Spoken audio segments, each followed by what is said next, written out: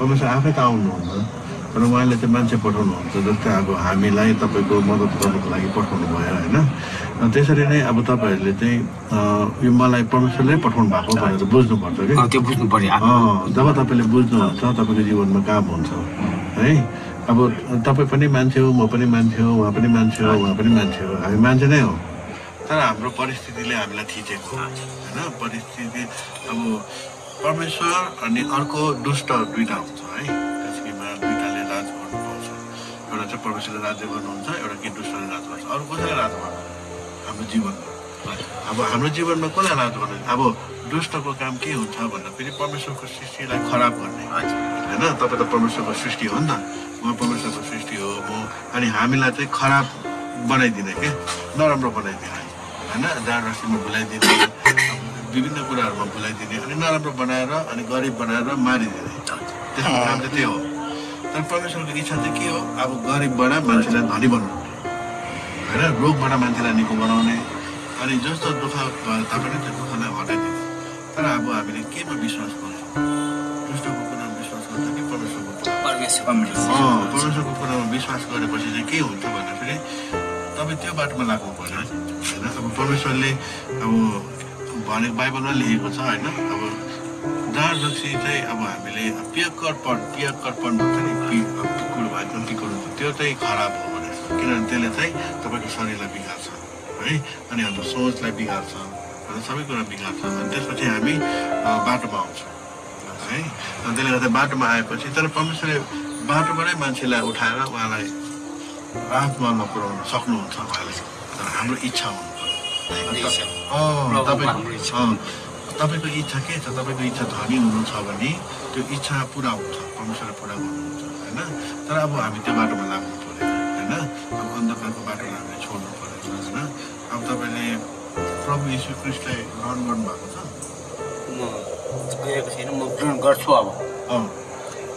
अब पहिला प्रभु यीशु चिन्नु पर्यो जसले हाम्रो निम्ति मर्नुभयो अब पृथ्वीमा थुप्रै देवी देवताहरू आउनुभयो होइन तर सबैजनाले चाहिँ के गर्नुभयो भन्दाखेरि पापीहरूलाई मारेर जानुभयो तपाईँले पाप गर्नुभयो नि तपाईँलाई मारिदिनु भयो उहाँले पाप गर्नुभयो नि उहाँलाई मारिदिनु भयो अनि पापीहरूलाई के गर्नुभयो मारेर जानुभयो तर येशू ख्रीष्ट किन आउनुभयो भन्दाखेरि उहाँले चाहिँ पापीहरूको भित्र जुन चाहिँ पाप हुन्छ नि हो त्यसलाई मार्नुभयो क्या जब त्यो पाप नै मेटिसकेपछि मान्छे अब मान्छे नै हुन्छ क्या जब मान्छेको भित्र पाप छ भने चाहिँ ऊ पापी भयो होइन मान्छेको भित्र पाप छैन भने चाहिँ ऊ पापी हुँदैन ऊ धर्मी हुन्छ अनि धर्मी जनलाई परमेश्वरले सधैँ उन्नतिको बाटोमा लानुहुन्छ अनि पापीहरूको चाहिँ नाश हुने समय छ बाइबलले होइन त्यसले गर्दाखेरि हामी चाहिँ अब जब प्रभु येशूलाई ग्रहण गर्छौँ उहाँलाई आफ्नो हृदयमा बोलाउँछौँ हाम्रो पापहरू जति गल्तीहरू थियो त्यसलाई हामी क्षमा माग्छौँ उहाँमा गएर होइन त्यो दिनदेखि तपाईँलाई परमेश्वरले हेर्नु थाल्छ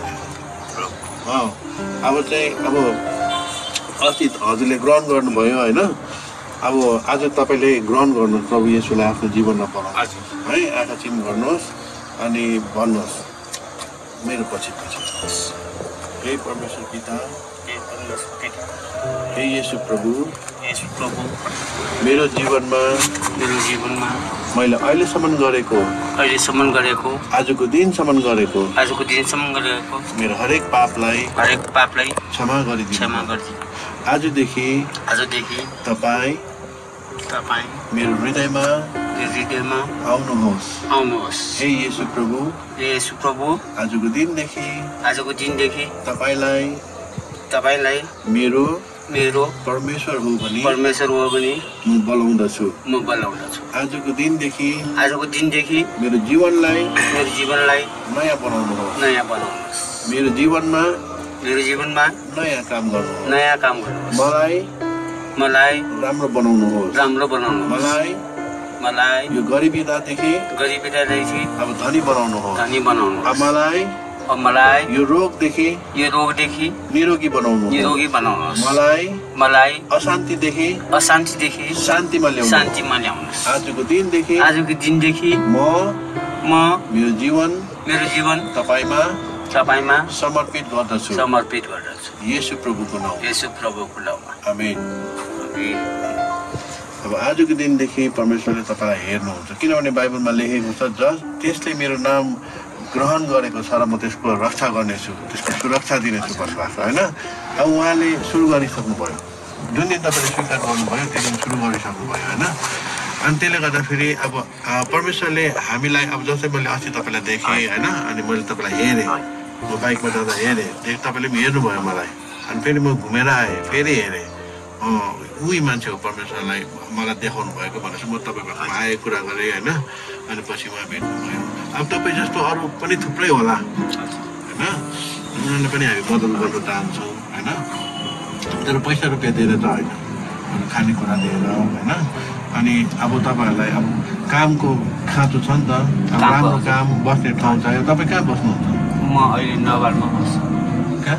नवल भन्ने ठाउँमा बस्छु। नवलमा कहाँ घरै छ त्यहाँ? होइन, म पार्टीमा। ए पार्टीमा। ए अब तपाईँ अलिकति बलियो हुनु पर्यो, खानेकुरामा ध्यान दिनु पर्यो। जहाँपछि अलिक म जानै खाँदैन, खानुहुन्न। ए खुट्टा दुखेर मात्रै। ए अब खानेकुरामा अलिकति ध्यान दिनु पर्यो तपाईँ।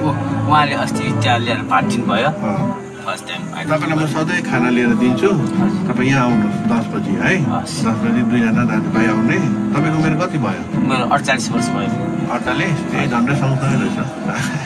48 वर्ष। त्यसले गर्दाखेरि अब तपाईँले आफ्नो अब शरीरको ख्याल राख्ने, बस्न बस्ने होइन। अब अलिकति पानी धारोहरू हुन्छ नि, त्यहाँ गएर यसो हातहरू धुने, मुखहरू धुने, आफूलाई राम्रो बनाउने है। सधैँ अब म यही ठाउँमा बस्छु भनेर नबस्ने है। अब काम गर्ने, काम अब बलियो हुनुहुन्छ होइन। अनि एउटा ठाउँमा काम छ है, अनि तपाईँको लागि हामीले काम पनि, तर अब त्यहाँ त अलिकति ढुङ्गाबाट बोक्नुपर्ने हुन्छ, अनि बलको काम गर्नुपर्ने हुन्छ। एकदम सबैजना फेरि विश्वासीहरू। मैले डकर्मी पनि जान्छु। ए जानुहुन्छ? ए राम्रो रहेछ नि। मैले त्यो गर्छु। मैले सनराइज ब्याङ्क पनि मैले गरेको छु। ए अनि तपाईँ किन यस्तो भयो? हजुर, यो पुल्चोकमा एक्सिडेन्ट भयो, अनि खुट्टा त्यहाँदेखि आइपुग्यो। अनि परिवारहरू? मेरो परिवारहरू अब घरमा म जाँदै जान्न भनेर। घर चाहिँ कहाँ हो? घर मेरो छेछु। छेछु? यही रहेछ त? हजुर, यही छेछु। चापाको। ए आफ्नै घर हो? आफ्नै घर, पुरानो घर छ मेरो। पुरानो घर त्यही छ। अब राम्रो हुनुपर्छ। अब छेजुमा गएर म प्रभु कहाँ आउँछु भन्छु, प्रभु मेरो मनमा हृदयमा आओस्। आइसक्नु भयो? हजुर, आइसक्नु। अब परमेश्वरले काम गरिसक्नु भयो होइन। अब तपाईँको यो घुँडा पनि निको हुन्छ, तपाईँ मान्छे पनि राम्रो हुन्छ है। अब यसरी तपाईँले आफूलाई परमेश्वरमा अब समर्पित हुनुहोस्। अब यहाँ आउनुहोस्, म तपाईँलाई परमेश्वरको कुराहरू भन्छु, यहाँ बस्नुन्जेल होइन। अनि त्यसपछि अब अर्को ठाउँमा तपाईँ जब काम गर्नु जानुहुन्छ, त्यस ठाउँमा पनि सङ्गति हुन्छ, परमेश्वरको कुरा हुन्छ। काम राम्रोसँग इमान्दारसँग गर्ने होइन, अनि त्यस ठाउँमा एकदम राम्रो हुन्छ। अब तपाईँलाई यहाँ कसैले नहेरे पनि त्यहाँ त एकदम कुरा परमेश्वरको धनहरू छ, अनि परमेश्वरको धनहरूले तपाईँलाई हेर्नुहुन्छ, दुःख हुँदैन, यही कुराको दुःख हुँदैन है। अनि तर अब राम्रो अब तपाईँसित लुगा छैन भने अब जाने बेलामा हामी यस्तो बन्दोबस्त पनि गरिदिन्छ लुगाहरूको होइन। अनि तर आफूलाई अब नुहाइ गरेर अब खोला छँदैछ, धारा पनि छँदैछ, यसो पानी हेरेर नुहाइ गर्नु, नभए यहीँ आएर नुहाइले पनि हुँदैन त है। नुहाइ गरेर सफा आफूलाई त सफा राख्नुपर्छ है। ल ठिकै छ। अब तपाईँ अब 10 बजी चाहिँ 2जना दाजुभाइ सधैँ अब हामी खोजिरहनु नपरोस्। अब तपाईँहरूलाई खोज्दा अब टाइम जान्छ, हामी काम पनि गर्नुपर्छ होइन। अब तपाईँहरूलाई खुवाउनुको लागि काम पनि गर्नु पऱ्यो नि त, पैसा आउँदैन हो क्या न। अनि त्यसले गर्दाखेरि तपाईँहरू अब चिनी भयो, अब त हामी दाजुभाइ जस्तो भयो नि त होइन। त्यसले गर्दाखेरि अब तपाईँ 2जना मिलेर टक्कै आउनु। अब तपाईँ पनि दाडी साडी काट्ने नि, पैसा आउँछ होइन। पैसा आएपछि अलिकति दाडी साडी काटेर चिटिक्कै भएर बस्ने है। अब त्यो बेलुका कति आउँछ पैसा उठाएको? होइन कति जति आउँछ? अब दिनभरि घुम्नु पर्यो। दिनभरि घुम्दा कति आउँछ? 200 रुपियाँ मात्रै? ए अब 2जना यसो कुरा गरेर बरु उतै जाने, अलिकति धेरै पैसा आउँछ है। घरमा पछि राम्रो भयो भने घरमा पनि हेर्नु सक्छ नि त होइन। धेरै टाढो पनि छैन, यहीँ हो 12-20निर। 12-20 थाहा छ? तातो पानी हजुर थाहा छ मलाई, थाहा छ। हो त्यहीँ हो काम गर्नुपर्ने जानु ठाउँ। अनि तपाईँहरू अब बलियो हुनुहोस्। अनि फेरि अब भोलि शनिबार हो, अनि उहाँले तपाईँलाई यहीँ भेट्नुहुन्छ 10 बजीभन्दा अगाडि, अनि चर्चमा लिएर आउनुहुन्छ ल। आउनुहुन्छ नि भोलि? जान्छु। 2जना अब एकदम राम्रो भयो। उहाँले भन्नु पनि भएछ, म आज जान्छु, तयार छु। आज त बन्द हुन्छ, तर अब भोलि सङ्गति हुन्छ नि त। अनि भोलिसँग दिन्छ तपाईँ दुवैजना आउनुहोस् ल ल म एकछिन बुढाको लागि प्रार्थना गरिदिन्छु ल हालेलुया परमेश्वर पिता तपाईँलाई म धन्यवाद दिँदछु उहाँ दाईको निम्ति प्रभु त्यतिखेर तपाईँले भन्नुभयो चाहिँ रोगीहरूको माथि हात राख र त्यो रोगहरू निको हुनेछ र यतिखेर दाईको यो बुढामा यतिखेर तपाईँको रगत बोल्दछु प्रभु अनि तपाईँको हात राखेको छु तुरन्तै निको हुनु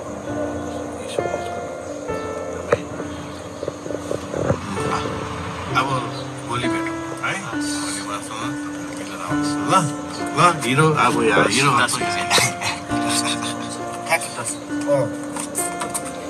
10 बजे होइन 8 बजे अलिक छिटो आउनु पर्यो 10 बजे 10 बजे ल जिन्यो आएर